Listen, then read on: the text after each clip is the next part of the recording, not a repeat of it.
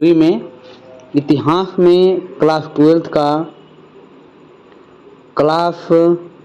Twelfth के कुछ कुछ हम लोग यहाँ पर पढ़े थे। इतिहास के पहला चैप्टर में आज हम आगे पढ़ रहे हैं और सबसे पहले आज देखेंगे कि वहाँ के जो दुर्ग के बारे में। दुर्ग के मतलब होता है किला। जो चारों तरफ जो वहाँ के राज्य थे उसके चारों तरफ जो किला बने होते थे उसको क्या करते थे, दुर्ग कह सकते हैं। या चारों तरफ जो दीवार होती थी, जो यहाँ पर बस्तियाँ बनाई जाती थी, तो बस्ती के चारों तरफ जो था इसी को क्या कहते थे, दुर्ग कहते थे। यद्यपि अगर हम बात करते हैं यहाँ पर कि यद्यपि अधिकांश हड़प्पा बस्तियों में एक छोटा और ऊंचे पश्चिमी, एक बड़ा लेकिन निचला जो पूर्वी भाग था वह हमेशा छोटा होता था। देखिए, जो वहाँ के जो हमको बात करते हैं यहाँ पर कि सिंधु घाटी सभ्यता में दो इलाके थे। एक ये है जो इसको हम पूर्वी भाग कहते हैं, इसको हम पश्चिमी भाग कहते हैं।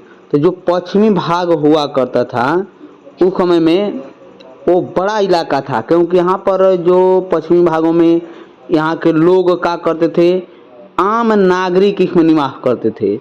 और जो पश्चिमी इलाका का भाग, पूर्वी इलाका का भाग है, इसमें दुर्गीकरण हुआ करता था और सैनिक बल या जो बात करते हैं राजा था वह इस पर निवास करता था और चारों तरफ से दुर्गीकरण कर देता। ये ऊंचा पर हुआ करता था, ये निचला स्थान था, नीचे का स्थान थोड़ा सा नीचे था। अब बात करते हैं आगे के लिए। लेकिन इस नियोजन में विविधताएं थी कि धौलावीरा और लोथल दोनों गुजरात में है। धौलावीरा और लोथल कहाँ है, गुजरात में। पूछा जा सकता है, बताइए धौलावीरा और जो लोथल है वो किस राज्यों में स्थित है, तो गुजरात। और जैसा कि स्थलों पर पूर्ण बस्तियां किलेबंदी थी। क्या थी, किलाबंदी। किलाबंदी का मतलब कि ये चारों तरफ से दीवार था और इसके बीच में क्या थी, इस बस्ती को बसाया गया था। अब बात करते हैं आगे कि साथ ही यहाँ के शहर कई हिस्सों में दीवारों से घेरकर अलग अलग किया गया था। देखिए, क्या करते हैं कि जो बस्तियाँ होती है उसको अलग अलग करके यहाँ पर बांट दिया जाता है। किसी में व्यापारी वर्ग रहेंगे, किसी में किसान वर्ग के लोग रहेंगे। अलग अलग बस्तियों को क्या करते थे, उसमें बांट दिया जाता था। लोथल में दुर्ग दीवार से घिरा तो नहीं था, लेकिन इसे कुछ ऊंचाई पर बनाया गया था। देखिए, अभी बात करते हैं कि लोथल एक ऐसा स्थल था। और देखिए, ध्यान रखिएगा, ये बहुत फेमस स्थान है। अगर बात करते हैं कि हड़प्पा जो वहाँ पर खुदाई हुआ उस स्थल में, यहाँ पर जो प्राप्त हुआ है सबसे बड़ा बंदरगाह प्राप्त हुआ है लोथल में। और उस समय बंदरगाह का मतलब होता है कि जहाँ पर समुद्री जहाज़ों से व्यापार करते हैं उसको क्या कहते हैं, बंदरगाह। तो सबसे बड़ा बंदरगाह मिलने का साक्ष्य किसमें है, तो लोथल में। किसमें, लोथल की बात करते हैं हम यहाँ पर। देखिए, यहाँ पर घिरा हुआ दीवार नहीं था, लेकिन ये ऊंचा पर बसा हुआ था, ऊंचाई पर कुछ बसाया गया था इस शहर को। अब बात करते हैं आगे के लिए। यहाँ पर ध्यान देंगे कि मोहनजोदड़ो एक स्थल है। वहाँ पर मोहनजोदड़ो की बात करते हैं, दुर्ग से एक विशाल स्नानागार। और पूछा जाएगा कि विशाल स्नानागार किस में प्राप्त हुआ है, तो मोहनजोदड़ो में। इसके माल गोदाम जैसी संरचना का साक्ष्य प्राप्त हुआ है। माल गोदाम का मतलब है कि यहाँ पर वस्तुओं को, अनाजों को यहाँ पर रखने का कार्य करते थे। कहाँ पर, तो इस बात करते हैं अन गोदाम में। और स्नानागार में धर्म अनुष्ठान के लिए भी कार्य किए जाते थे। यहाँ पर आगे की बात करते हैं हम कि प्रयोग संभवतः विशिष्ट सार्वजनिक प्रयोजन के लिए किया जाता था। जो वहाँ के अगर हम बात करते हैं तो प्रयोजन यानी कि विशिष्ट प्रयोजन का मतलब होता है सार्वजनिक प्रयोजन या विशिष्ट प्रयोजन। जो वहाँ के लोग निवास करते थे, सिंधु घाटी सभ्यता के लोग, वहाँ पर एक विशेष प्रयोजन, अगर कोई पूजा पाठ कराना हो या अन्य कोई कार्य करवाना हो तो वहाँ पर क्या करते थे वो लोग, आते थे और वहाँ पर अपना धार्मिक अनुष्ठान के रूप में कार्य करते थे। देखिए आगे हम बात करते हैं अभिला। देखिए इसमें विशाल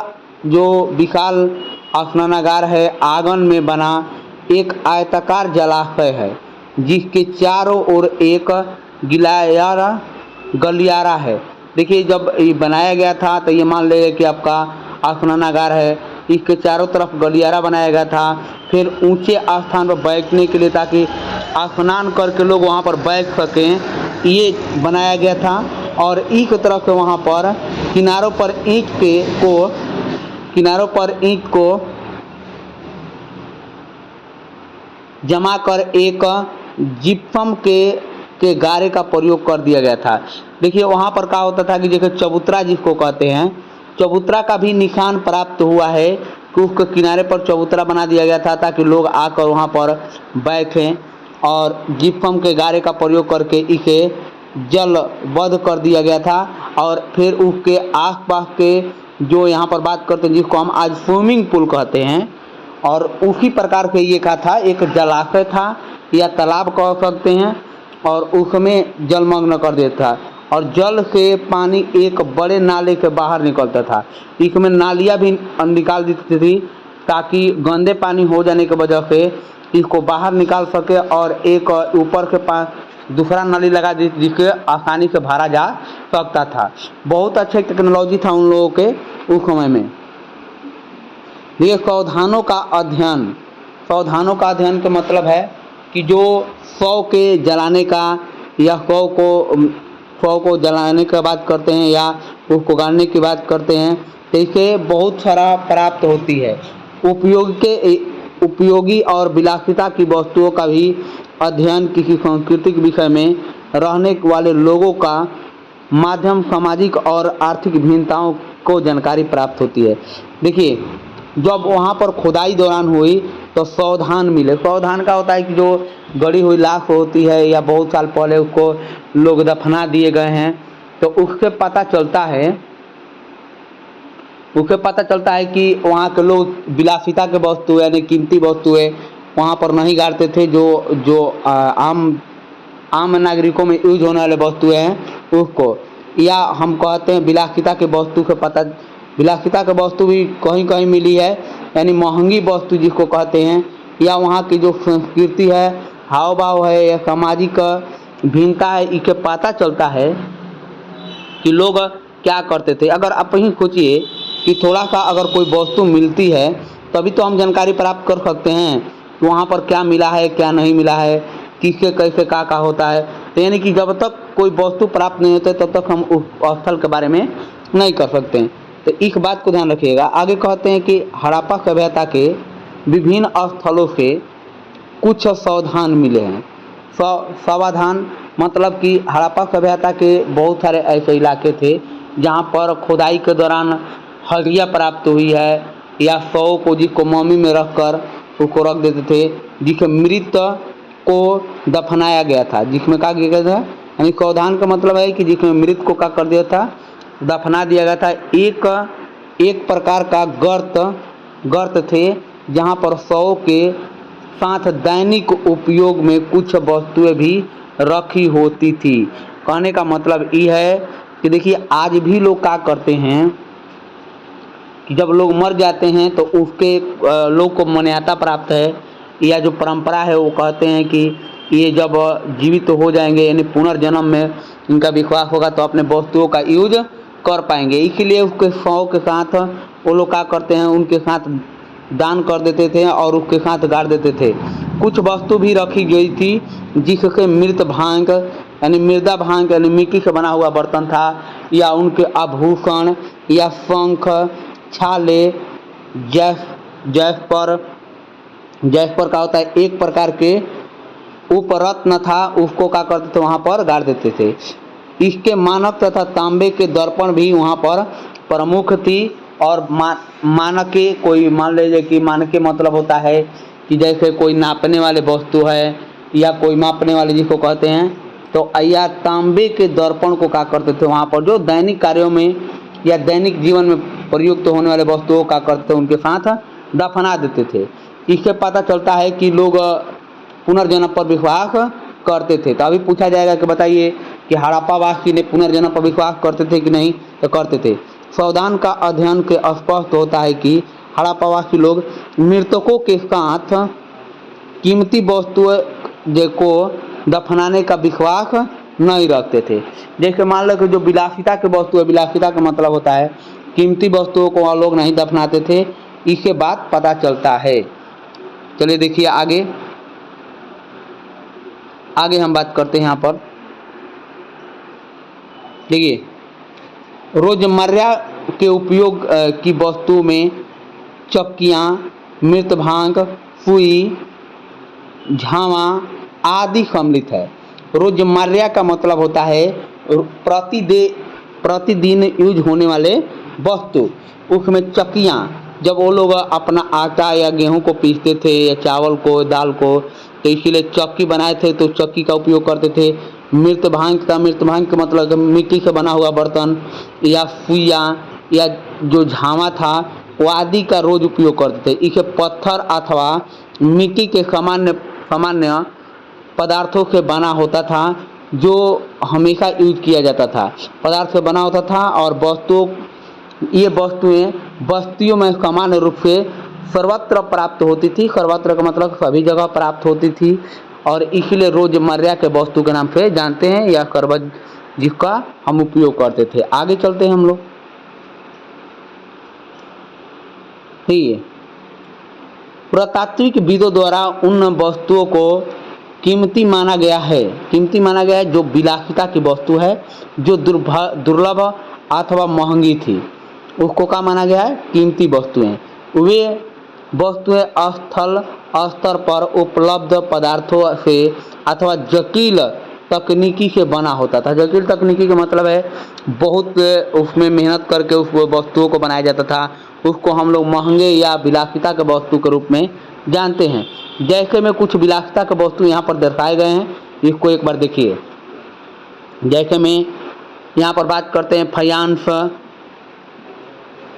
घिसी हुई रेत अथवा बालू, रंग एवं चिपचिपे पदार्थ का मिश्रण को पकाकर बनाया जाता था। का देखिए फायांस बनाया जाता था, इसलिए इसको महंगा हो जाता था। जैसे अगर बात करते हैं सामान्यतः मोहनजोदड़ो में और हड़प्पा जैसे बड़े बस्तियों में ही मिलते थे, और छोटे बस्तियों में इनका लगभग अभाव को देखने का मिलता है। तभी पूछा जाएगा विलासिता की वस्तु सबसे ज़्यादा कहाँ मिलती थी, तो मोहनजोदड़ो में या हड़प्पा में।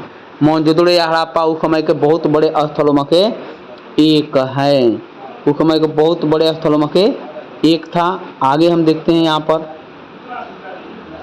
देखिए, अगर कहते हैं हड़प्पा सभ्यता के शिल्प कार्यों में मानके बनाना, शंख की कटाई या धातु या मोहर वाच बनाना आदि सम्मिलित थे। तो ये बहुत सारे ऐसे बात करते हैं यहाँ पर कि यहाँ पर उस समय में लोग मानके के मतलब है कि जो मानके वहाँ पर जैसे मोहर और बनाना या शंख की कटाई करना, शंख की कटाई या धातु को कोई बर्तन बनाना, मोहर बनाना, वाच का प्रयोग करना, जो वाच का मतलब है तो जिसको हम जोखने का यूज करते हैं, तौलने के लिए यूज करते हैं, ये बनाना सामान्य बातें थी वहाँ पर। ये बात ध्यान दीजिएगा। आगे चलते हैं हम लोग। मानके बनाने का कार्निलियन एक प्रकार के सुंदर लाल रंग का एक प्रकार के मिट्टी था, उसी से बनाते थे।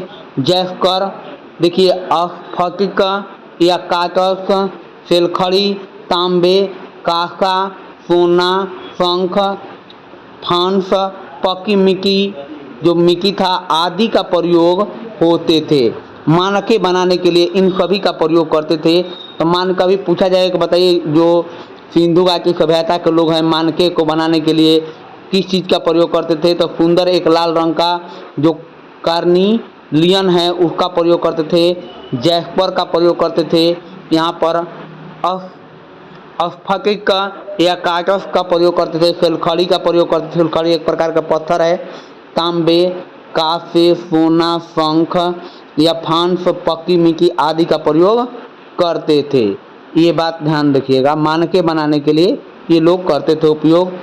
अगर हम बात करते हैं मानके चक्राकार, बेलनाकार, गोलाकार, गोलाकार, खंडित आदि भिन्न आकार के होते थे। देखिए मानके के किस प्रकार के आकृतियाँ थीं, तो आकृतियाँ को ध्यान रखिएगा। चक्राकार, बेलनाकार और क्या करते हैं गोलाकार, गोलाकार और यहाँ पर खड़ित आदि प्रकार के होती थी मानके। हम इसको एक बार देखते हैं कि यहाँ पर ध्यान दीजिएगा। ये आपका मानके हैं, जैसे मान ले ढोलनाकार है, गोलाकार है, या ये जो मानके हैं आपको यहाँ पर दिखाए गए हैं। आप एक बार देखिए, ये चरखुक आकार का है, ये थोड़ा सा लंबा है।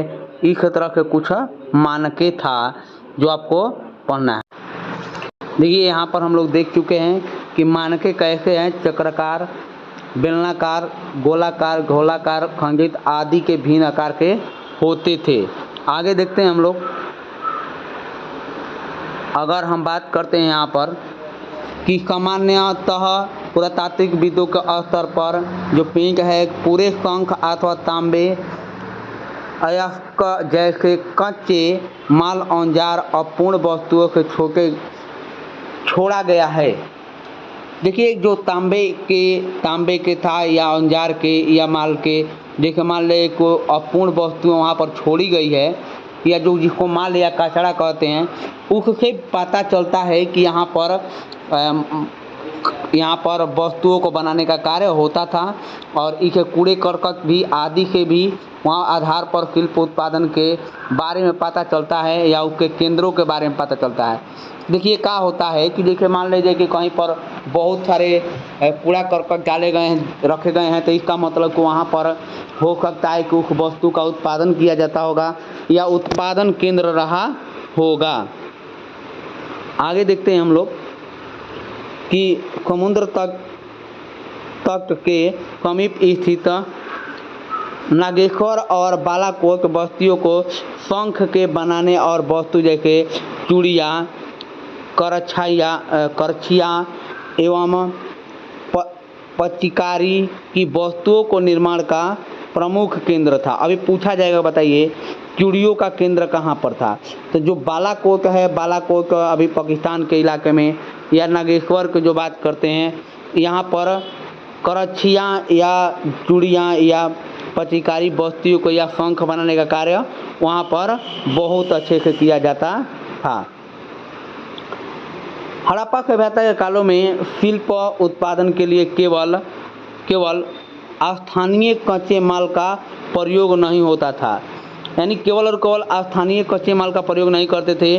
उसको बनाने के लिए अलग अलग प्रकार के जैसे बल्कि पत्थर,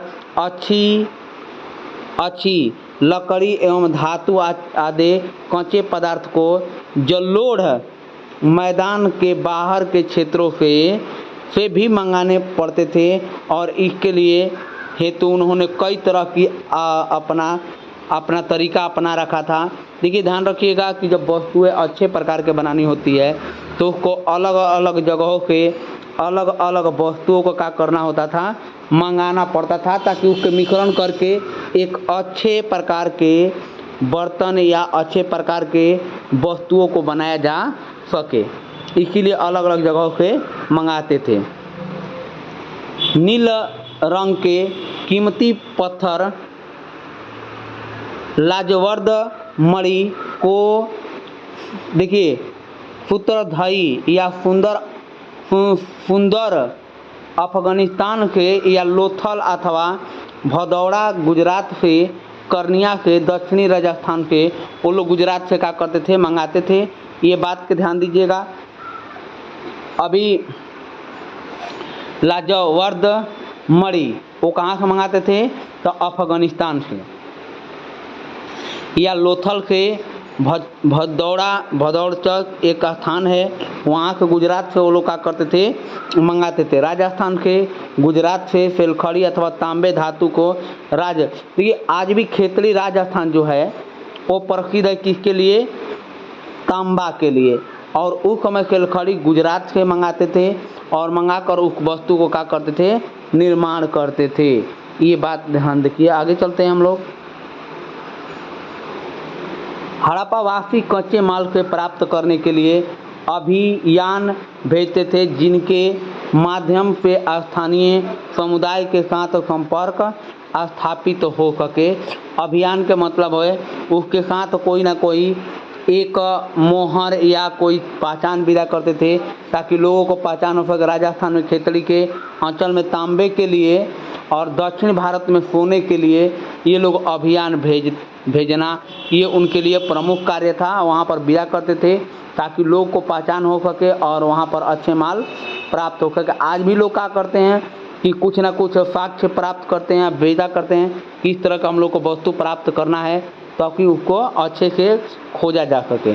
पुरातात्विक विदों ने राजस्थान के खेतड़ी क्षेत्र में संस्कृति का गणेश्वर जोधपुर संस्कृति का नाम दिया है। देखिए, जो वहाँ पर राजस्थान के खेतड़ी क्षेत्र में उसको गणेश्वर जोधपुर के संस्कृति के नाम से जाना जाता है, एक स्थान है। यहाँ बड़ी मात्रा में तांबे की वस्तु प्राप्त हुई है। वहाँ पर जो राजस्थान के इलाका है खेतड़ी, वहाँ पर सबसे ज़्यादा तांबे की वस्तुएं प्राप्त हुई है। और इस संस्कृति के विशिष्ट मृत भांग या हड़प्पावासी मृत भांग के से भिन्न है।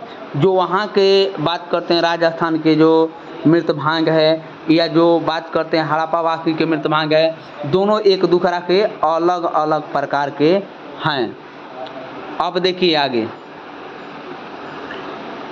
पुरातात्विक विदों को खोज के यह जानकारी प्राप्त हुई है कि हड़प्पा सभ्यता के क्षेत्रों में तांबे संभवतः अरब प्रायद्वीप के या दक्षिणी पूर्वी छोर पर स्थित ओमान से लाए जाते थे। सब देखिए, राजस्थान के अलावे वो लोग ओमान से भी क्या करते थे, व्यापार करते थे। कहाँ से, तो ओमान से। पूछा जाएगा कि तांबे के व्यापार दक्षिणी पूर्वी क्षेत्रों से अरब प्रायद्वीप के ओमान से ज़्यादातर व्यापार करते थे। ये बात ध्यान दीजिएगा। आगे, ओमान में विभिन्न स्थलों पर एक बड़े हड़प्पाई वर्तमान मिला है। वर्तमान का मतलब कि एक जैसे साक्ष्य होता है, उसे पता चलता है कि यहाँ के लोग व्यापार करते थे, जिसके ऊपर काली मिट्टी का एक मोटी परत चढ़ाई गई है, जो तरल पदार्थ के रिसाव को रोकती थी। यानी कि उसको क्या करती थी, तरल पदार्थ को जैसे ऊपर डालते थे तो उसको रिसाव को क्या करती थी, रोकती थी। वहाँ पर प्राप्त हुए हैं। वहाँ से इसको देखिए, तीसरी शताब्दी ईसा पूर्व है के दिनांकित मेसोपोटामिया के लेखों में वर्णित मेलूहा, ये बात ध्यान रखिए, मेलूहा संभवतः हड़प्पा के क्षेत्रों में था। जो मेलूहा था हड़प्पा के क्षेत्रों का एक मोहर था। ये कहाँ से, यानी कि मेसोपोटामिया में प्राप्त हुआ। इसे पता चलता है कि लोग मेसोपोटामिया से व्यापार करते थे। तो उस समय में सबके राजा खरगोल है एक, वो मेसोपोटामिया के जो राजा थे उस समय में सबसे चरम सीमा पर व्यापार था खरगोल के समय में। और हड़प्पाई क्षेत्रों ने यहाँ से मेसोपोटामिया को कार्नियलस, देखिए एक प्रकार के ये वस्तु है, कार्निलिया या लार्जवर्त, मणि, तांबा, सोना आदि पदार्थों को भेजे जाते थे। और ये लेख एलुहा को नाविकों का देश कहते थे। यानी कि उस समय वहाँ के लोग मोहर दिखाते थे जिस पर एक सींग होला, गेड़ा, यानी कि जो जानवर था वहीं था, उसको एलुहा कहते थे, या उसको मोहर बनाया गया था, उसी को एलुहा कहते हैं। देखिए एक बार हम फिगर को देखते हैं, ध्यान दीजिए। देखिए इसी वाले को क्या कहते थे, एक मोहर कहते थे, और इसको मोहर के रूप में देखा गया है, जिसमें एक सींग वाले गेड़ा है, जिसको एलुहा या मोहर के नाम से जानते थे। ये बात देखिए, एलुहा हम लोग देखें, और इसमें हड़प्पा सभ्यता काल में मोहरों के जो था वहाँ पर मुद्राकरण के प्रयोग करके लंबी दूरी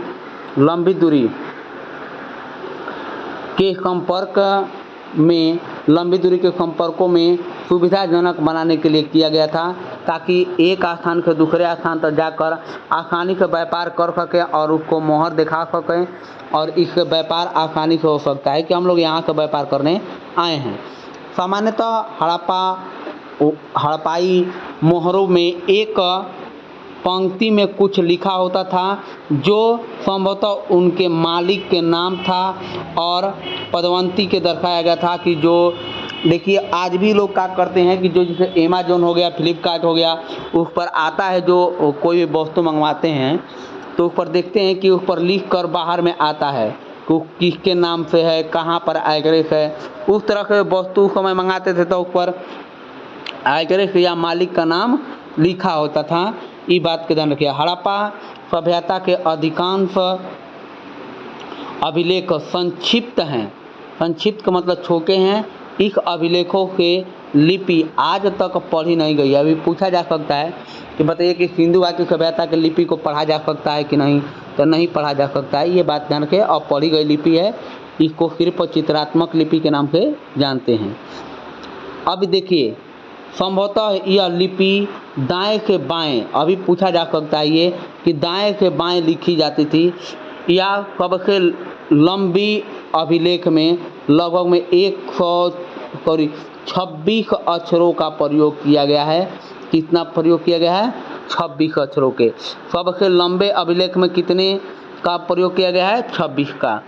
यहाँ पर अगर देखें आगे, हड़प्पा सभ्यता में विनिमय बात में एक सूक्ष्म प्रणाली अथवा परिशुद्ध प्रणाली है, नियमित थे। वे वाक्य सामान्यतः चाक नामक पत्थर से बनाए जाते थे। अभी पूछा जा सकता है कि बताइए कि जो वाक्य का प्रयोग कौन से पत्थर से करते थे, तो चाक नामक पत्थर के वो लोग बनाते थे। इसका भी कुछ माप है, मापदंड हम लोग देखेंगे आगे चल के। देखिए यहाँ पर बात करते हैं अगला कि जैसे किया जाता था जिस प्रकार के निशान रहित घनाकार होता था। देखिए घनाकार का मतलब है कि जो कुछ इस तरह से था और इस पर क्या करते थे कि वाक्य का प्रयोग कर देते थे, ताकि आज भी देखेंगे कि इसको तोलने के लिए करते हैं कि इस अगर यह से बड़ी अच्छा क्वेश्चन बनता है, इन वाक्यों को ऊपर मापदंड दशमलव प्रणाली अथवा नीचे मानक दंड द्विआधारी 1 kg का, 2 का, 4 का, 8 का, 16 का, 32 आदि के लगभग में एक बात 12,800 तक प्रणाली का अनुसरण किया होता था।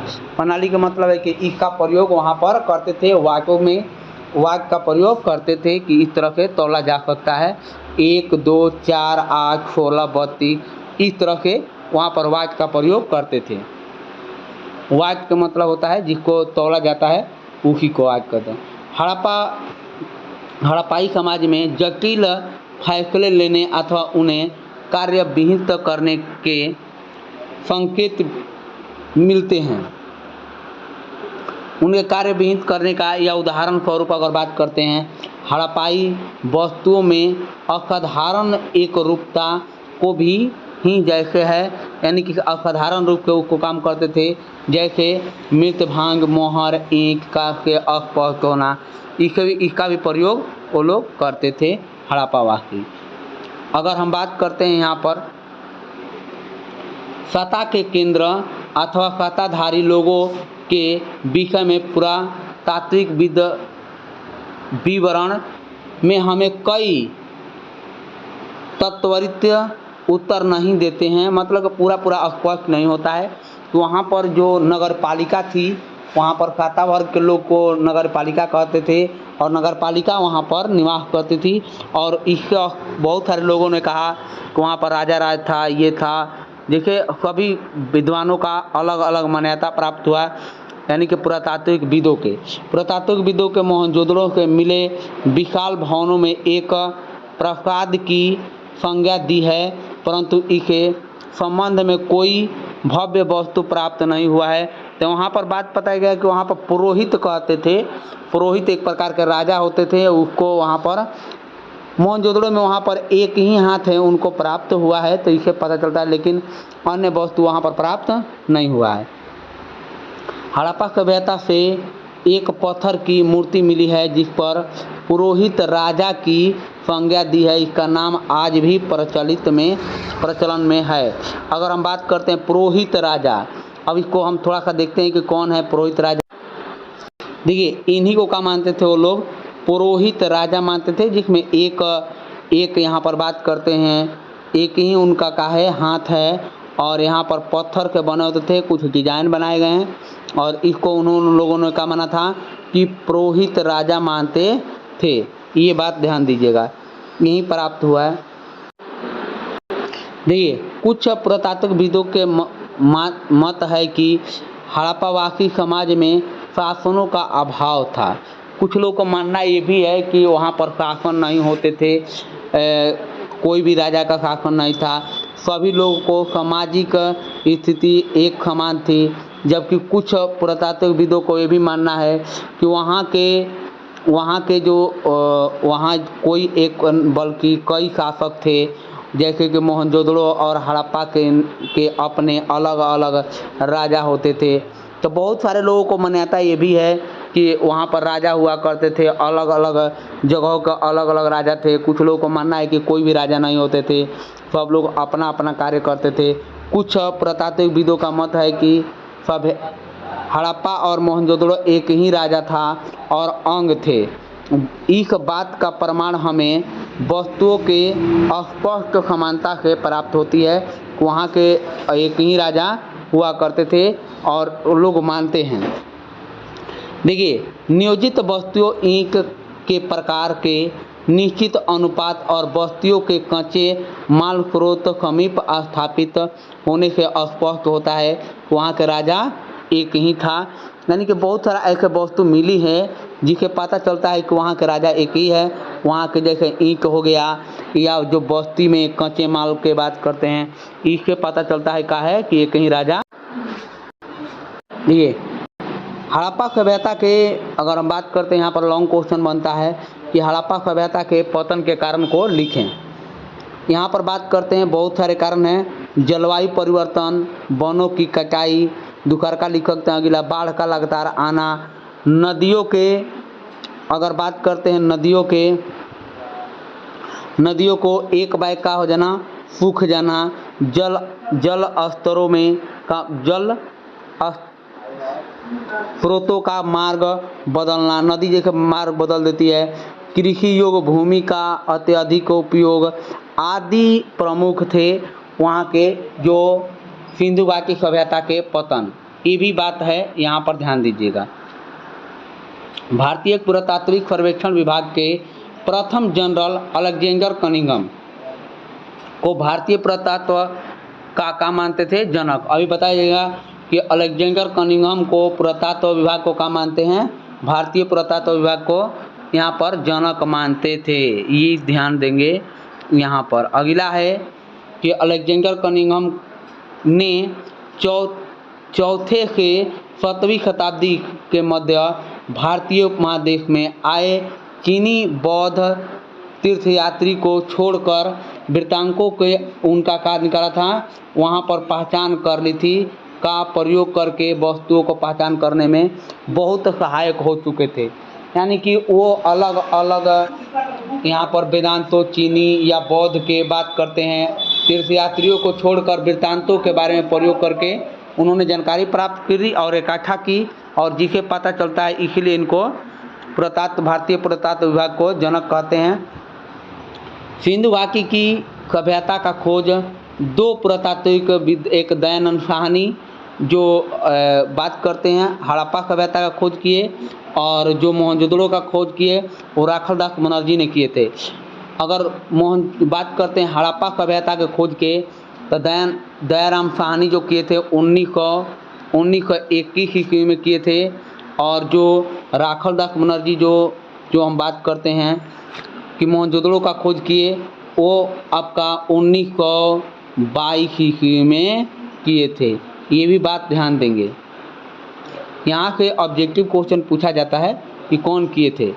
इस प्रकार के हड़प्पा और मोहनजोदड़ो के मोहर का भी खोज निकाला था इन्होंने दोनों ने, और इसके भी खोज के पता चलती है। देखिए आगे है यहाँ पर, इन खोजों के आधार पर सन 1924 ईस्वी में भारतीय पुरातत्व विभाग के सर्वेक्षण में विभाग में तत्कालिक महानिदेशक जॉर्ज मार्शल ने संपूर्ण विश्व के समक्ष सिंधु घाटी सभ्यता के बारे में इन्होंने बताया। ये एक अंग्रेज थे, जॉर्ज मार्शल ने संपूर्ण विश्व के समक्ष में सिंधु घाटी सभ्यता का एक नवीनतम सभ्यता का खोज घोषित कर दिया।